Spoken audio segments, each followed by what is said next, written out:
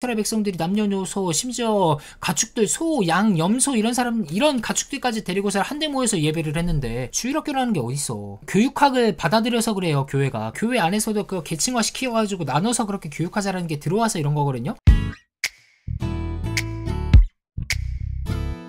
여러분 청년부 있죠. 청년부 교회 예배 시간이 뭐 여러가지 있을 거 아니에요. 9시 예배가 있을 거고 11시 예배가 있을 거고 청년 예배가 보통 한 1시에서 2시 예배 정도가 있겠죠. 이런 식으로 이제 진행이 될 텐데, 제가 어떤 청년이 청년부 예배만 나간다는 얘기를 들었거든요. 이렇게 하시면 안 됩니다. 청년부 예배는요 공 예배가 아니에요. 뭐 이거 가지고 뭐 공 예배가 있고 뭐 다른 예배가 있고 뭐 예배가 뭐냐 막 이런 얘기들을 하는데, 교회 전통과 질서상에서 공 예배 혹은 장년 예배라고 표현하는 이 9시 예배, 11시 예배 요게 있잖아요. 다시 말해서 담임 목사님이 설교하시는 예배, 이 예배에 무조건 참석하셔야 돼요. 이 예배를 참석하시고 청년부 가셔야 됩니다. 이게 아니면은요 여러분들 신앙생활 잘못하고 있는 거예요. 다시 한번 점검해 보시기 바랍니다. 왜 이 말씀을 하냐면은요, 교회에서는요 영적 멘토와 리더가 있어요. 보통 담임 목사님입니다. 담임 목사님은 그러할 권한이 있어요. 교회로부터 수여를 받고 당회와 이런 조직으로부터 수여를 받고 그 교회를 이끌어가는 책임자 역할을 하고 있어요. 그래서 담임 목사님은 성도들이 어떻게 살아가는지에 대해서 목양의 책임이 있습니다. 그렇다는 것은 담임 목사님은 청년부 역시도 이 사람들이 교회 성도이기 때문에 그들에게 말씀을 공급해 줘야 돼요. 그런데 이 청년부 사람들이 담임 목사님이 설교하는 예배에 참석을 안 하고 청년부 예배에만 참석을 한다. 그럼 담임 목사님으로부터 말씀 공급을 받지 못하게 되고 담임 목사님하고 의 거리가 점점 멀어질 수밖에 없어요. 그리고 청년부 예배만 참여하시는 분들은요 청년부 담당 목사님과의 교제만 원활하게 되겠죠. 그거는 어떻게 되는 거냐면은 교회 안에 또 다른 교회 하나가 있는 거예요. 이거는 올바른 교회의 모습이 아닙니다. 교회 안에 소속된 사람은요 항상 담임 목사님하고의 관계를 해야 돼요. 그리고 자 까놓고 말해서 청년부 목사님 평생 갑니까? 은퇴할 때까지 가요? 저 그거 장담 못 하겠거든요. 언제까지 청년 목사님한테만 그렇게 공급을 받을 거예요?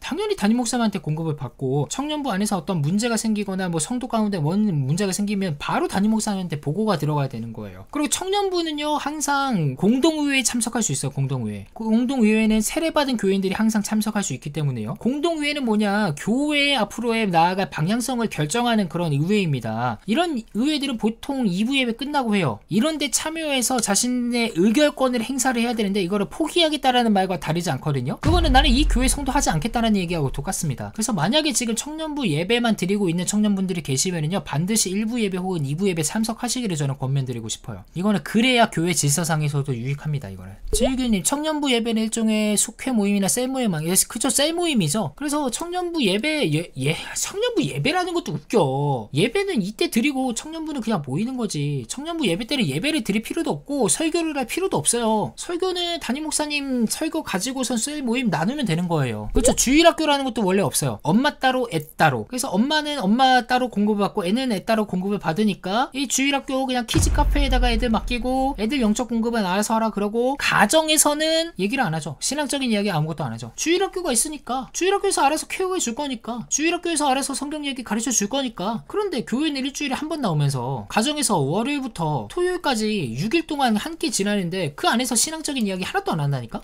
다 문제예요 이거. 언제 이스라엘 백성들이 그렇게 얘기했어? 이스라엘 백성들이 남녀노소 심지어 가축들 소, 양, 염소 이런 가축들까지 데리고서 한데 모여서 예배를 했는데 주일학교라는 게 어딨어. 이게요 그거예요. 그 교육학을 받아들여서 그래요. 교회가 그 교육 이론들 있잖아요. 칼 융의 그런 이론들, 뭐 사회 심리학적 그런 이론들, 그런 거 받아들여서 교회 안에서도 그 계층화 시켜가지고 나눠서 그렇게 교육하자라는 게 들어와서 이런 거거든요. 물론 교육학적으로는 그렇게 하는 게 맞아요. 그래서 학교 공교육도 유치원이 있는 거고 초등교육이 있는 거고 중등교육이 있는 거고요, 고등교육이 있는 거고요. 그건 맞아요. 근데 왜 교회에서 그거 따라가냐고요. 왜 교회가 그걸 받아들여요? 이게 트렌드를 따라가가지고 이렇게 된다는 거라니까 이게. 그러니까 교회가 세상 거를 받아들이는 게 아니라 교회는 교회의 나름대로의 질서와 법칙이 있다는 거예요. 학생부 청년부나 청년부 교육을 담임 목사가 많은 시골교회는 어떻게 해석하세요? 담임 목사님이 하시면 돼요. 그거 뭐 부서 예배 따로 나누지 말고 11시에 같이 모여가지고 예배 드리면 됩니다. 엄마 아빠 애들 다 모아놓고 예배 드리면 돼요. 담임 목사님이 달마다 청년부 설교해 주시는 건 어떤가요? 그러면은 목사님의 일이 더 늘어나겠죠. 주일 예배 설교 준비도 해야 되고 청년부 예배도 해야 되고. 근데 그럴 필요가 없죠. 주일 예배 1부 2부 예배 참석하고 청년부 설교자 하면 되니까. 저는 이거 진짜 심각하게 봐요. 현상을.